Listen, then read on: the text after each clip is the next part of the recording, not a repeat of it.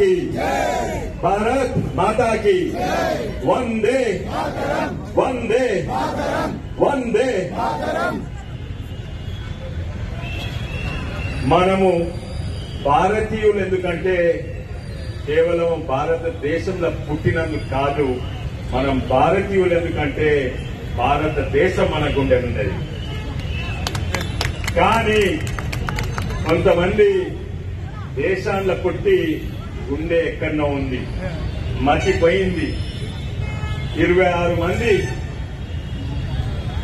మన భారతీయులను మతం అడిగి భార్యల ముందు పిల్లల ముందు చంపితే, ఒక నేపాలీ ఆయనను కూడా చంపితే ఏమీ చేస్తలేరన్నారు.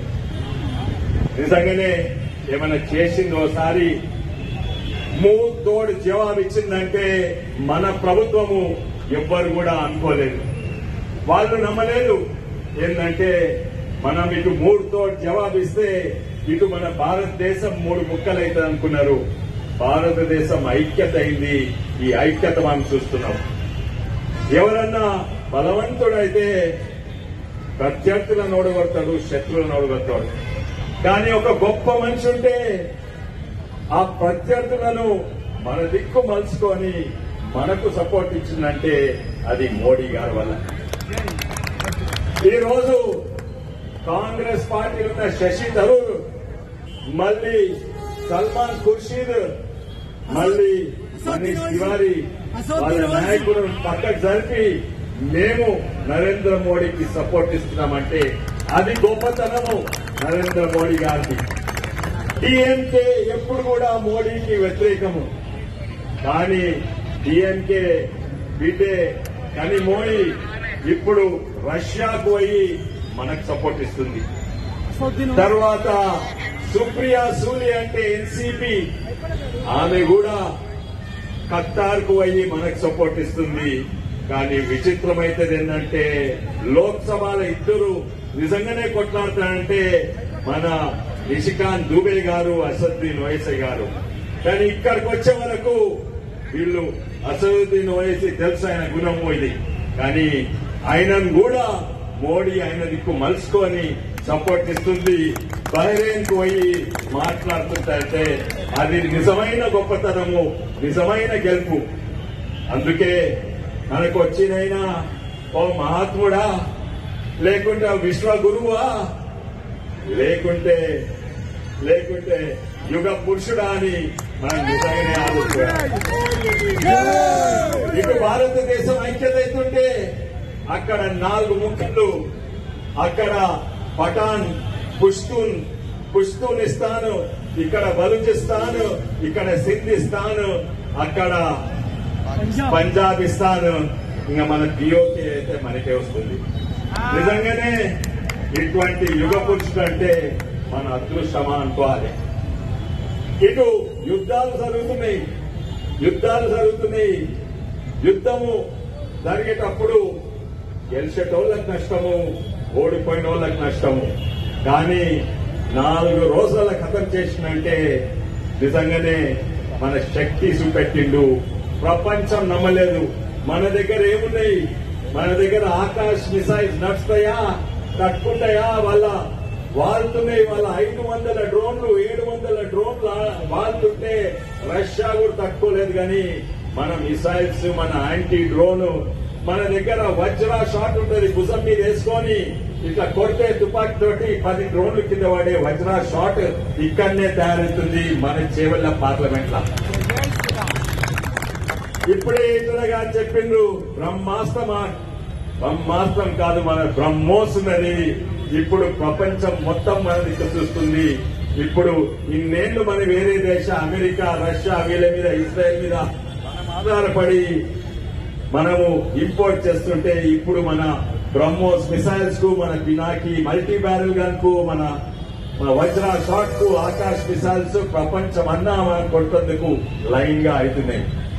ఇటు దిక్కు యుద్ధము మనం విజయం సాధిస్తుంటే ఇదే సమయం నిన్న కాక మొన్న ప్రకటించింది వరల్డ్ బ్యాంక్ ఏంటంటే మనది 11వ స్థాయి నుంచి 5వ స్థాయికి చేరిన ఆర్థికంగా ఈ యుద్ధం అయినాక 4 రోజుల 5వ స్థాయి నుంచి 4వ స్థాయికి చేరిందని. ఇది గొప్పతనము. కానీ ఇక్కడ చేవెళ్ల పార్లమెంట్ ఇక్కడ ఎంతో మంది మనం జై జవాన్ జై కిసాన్ అంటాం, కానీ మనం జై జవాన్ జై కిసాన్ జై ఇంజనీర్స్ జై సైంటిస్ట్ కూడా అనవలసి వస్తుందని, జై విజ్ఞాన్ కూడా అనవలసి వస్తుంది. నిజంగానే మన ఈ యుద్ధాన్ని తట్టుకోలేమనుకుంటున్నాము, కానీ మనం తక్కువనే కాక 10 అడుగులు ముందుకు పోయినాం. ప్రపంచ దేశాలు ఆశ్చర్యంగా చూస్తున్నాయి. ఒక దిక్కు యుద్ధంతో నష్టపోతుంటే అందరూ వీళ్ళు యుద్ధం గెలిచి 4 రోజులనే ఖతం చేసిండ్రు. 9 ఎయిర్ బేసెస్ ధ్వంసం చేసిండ్రు. వాళ్ళు మా దగ్గర ఆటం బాంబు ఉందని దట్టాయిస్తే మీ ఆటం బాంబు కాదు మా దీపావళి ఆటం బాంబు తీర చూసిండ్రు. వాళ్ళంట వాళ్ళ ఆటం బాంబ్స్ అన్ని కిరాణా దుకాణాలు ఉంటాయి చూడు, కిరాణా గుట్టల కింద దాచిపెట్టిందంట. ఆ కిరాణా దుకాణాలు దాచిపెడితే మోడీ గారు ఏం చేసిండు, మన టన్నులు దాన్ని ఎంట్రన్స్ అందరూ బాంబ్ చేస్తే అవి అక్కడనే కూలిపోయినాయి. వాడని కూడా కలిగారు. నిజంగానే ఇంకా ఒకటి ఏంటంటే నిజంగానే చాలా ఆశ్చర్యమైంది. ఈటల గారు ఈ 2 మహిళల గురించి చెప్పిండ్రు. యౌమికా సింగ్ ఇంకా సోఫియా ఖురేషి. కానీ నేను ఇంకో మహిళ గురించి చెప్తా. అటు కార్గిల్ యుద్ధం అవుతుంది, మీరున్నారు వాళ్ళు కింద మన బఫోర్స్ గన్స్ ఉన్నాయి. అంటే మీదున్న వాళ్లకు చాలా అడ్వాంటేజ్. కింద బఫోర్స్ గన్స్ కు ఆర్టిలరీ అంటే ఒక్కొక్క బుల్లెట్ ఒక 100 కేజీలు ఉంటాయి. ఆమె సప్లై చేసేందుకు ఆమె కనిక త్యాగి అని ఒక ఆమె ఉండే, 4 నెలలు గర్భవతి. అయితే అన్నాడు ఆ కమాండర్, మీరున్నారు ఇక్కడ పోస్టింగ్ ఉన్నది కానీ ఇప్పుడు యుద్ధం మొదలైంది పోను అంటే నేను పోను అని అక్కడ ఉంది. కొట్లాడింది, కార్గిల్ యుద్ధం గెలిపించింది. అయితే ఆమెను నాకు ఇనే అవకాశం ఉండే. ఆమె ఏమంటుందంటే మేము ఆర్మీ ఏమీ విజయం సాధిస్తే మీరందరూ మెచ్చుకుంటారు, గౌరవపడతారు. కానీ మా దగ్గర నేర్చుకునేది ఒకటి ఉన్నది. మా ఆర్మీల గుడి ఉంటది, మస్జిద్ ఉంటది, చర్చ్ ఉంటది, గురుద్వారా పక్కకే ఉంటాయి. ఒకటే కాంపౌండ్ వాళ్ళు ప్రార్థన చేస్తే, వీళ్ళు నమాజ్ చదివితే, వాళ్ళు ప్రేయర్స్ ఇస్తే ఒకరికొకరికి ఇబ్బంది కాకుండా చేస్తారు. ఇది మీరందరూ నేర్చుకోవాలి. అదే కాక ఆర్మీలో ఒకటే మతము, అది మేము భారతీయులము. మీరు నమ్మరు. దానిపై కూడా ఒక దిక్కు మత ప్రకారంగా వీళ్ళు విడి చేస్తుంటే, మీ మతం చూసి వాళ్ళు చంపితే, మతం ముంగట పెట్టుకొని దాడి చేస్తే, మనం భారతీయులనే ఒక్కటై మనం వాళ్ళను తక్కువనే కాక వాళ్ళని ధ్వంసం చేసిండ్రు. అయితే ఆమె అన్నది ఏంటంటే కొన్ని ఉదాహరణలు చెప్పింది. మన దగ్గర 2 పల్టన్లు ఉన్నాయి, బెటాలియన్లు. అక్కడ సికింద్రాబాద్ లో బైసన్ బెటాలియన్, ఇక్కడ ఈఎంఈ అని ఉంటది. అయితే ప్రతి బెటాలియన్ మనకు ఒక యుద్ధ బేరీ ఉంటది, యుద్ధ పిలుపు ఉంటది. యుద్ధ బేరీ పిలుపు ఎందుకంటే శివాజీ ఉన్నప్పుడు హర్ హర్ మహాదేవ్ అని పట్టుకొని వాళ్ళు దాడి చేసేది. మన బెటాలియన్ కూడా పిలుపు ఉంటది. ప్రతి బెటాలియన్ కోటి ఇక్కడ ఉన్న బెటాలియన్ కు, బైసన్ బెటాలియన్ కు బ్యాష్ ఆన్ రిగార్డ్లెస్ ఉంటది. కానీ బీహార్ రెజిమెంట్ దాని కమాండర్ ఎవరు? ఒక ముస్లిం కెప్టెన్ హనీఫుద్దీన్. కానీ వాళ్ళ యుద్ధ పేరు ఏంటి? బీహార్ బెటాలియన్. బోలో బజరంగ్ బలి కీ జై అంటే కెప్టెన్ హనీఫుద్దీన్ బోలో బజరంగ్ బలి కీ జై అని పాకిస్తాన్ మీద దాడి చేసి బంగ్లాదేశ్ ను సాధించింది. మన రాజ్పుతానా రైఫిల్స్ ఉంటది, దాని యుద్ధ పేరు ఏంది? దాని కమాండర్ ఎవరు? దాని కమాండర్ ఎవరంటే ఒక మణిపూర్ నుంచి వచ్చిన క్రిస్టియన్ దాని కమాండర్. ఆ యుద్ధ పేరు ఏంటంటే రామచంద్ర మహారాజ్ కి జై అనుకుంటా ఒక క్రిస్టియన్ కమాండర్ పోయింది. అట్లా ఎన్నో ఉదాహరణలు ఉన్నాయి. అదే కాక మన 22 గ్రెనేడియర్స్ కు 2 యుద్ధ పేర్లు ఉన్నది. దాన్ని కెప్టెన్ షెకావత్ ఎక్కడైతే కార్గిల్ వార్ అవుతుంటే వాళ్ళు నీళ్ళకెక్కి మనం దుంకాలి, నీళ్ళున్నోళ్ళు కింద అల్క కొట్టగలుగుతారు. కానీ వీళ్లకు 2 యుద్ధ బేరీలు ఉన్నాయి. ఒక యుద్ధ బేరీ అల్లాహు అక్బర్ అని. మన షెకావత్ కెప్టెన్ షెకావత్ అల్లాహు అక్బర్ అనుకుంటే మీదికి పోయి దాన్ని మొత్తాన్ని వాళ్ళు కార్గిల్ ధ్వంసం చేసిందంటే ప్రపంచం నమ్మలేదు. ఇది మనది, ఇది మన సాంప్రదాయం, ఇది మన విధానం. నిజంగానే మన ప్రధానమంత్రి ఆయన బలవంతుడు కాదు, ఆయన విశ్వగురు కాదు.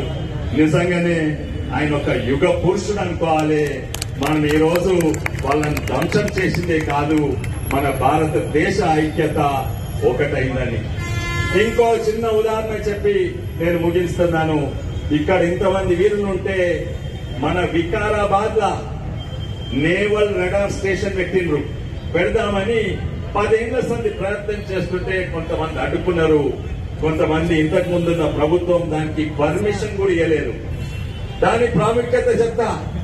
మన దగ్గర వాళ్ళకంటే పెద్ద ఆటం బాంబులు, న్యూక్లియర్ బాంబులు ఉన్నాయి. కానీ మన పాలసీ ఏంటంటే నో ఫస్ట్ యూజ్, అంటే మొట్టమొదలు మనం ఆటం బాంబు ఎవ్వరి మీద కూడా ఇయ్యము. కానీ పాకిస్తాన్ ఏంటంటే ఫస్ట్ యూజ్, అంటే మేము వేస్తాము, వాళ్ళు ఇష్టం ఉన్నట్టు వేసుకోవచ్చు. అయితే మనకేంటంటే ఆటం బాంబులు వాళ్ళు వేస్తే మనం 10 వేయవచ్చు, కానీ 10 వేసేందుకు అవి మన భూమి ఇక్కడుంటే అక్కడుంటే వాళ్ళు మన ఆటం బాంబులు అటాక్ చేస్తారని మన ఆటం బాంబులు సబ్మెరీన్లలో ఉన్నాయి, నీళ్ల కిందికి పోయే సబ్మెరీన్లలో.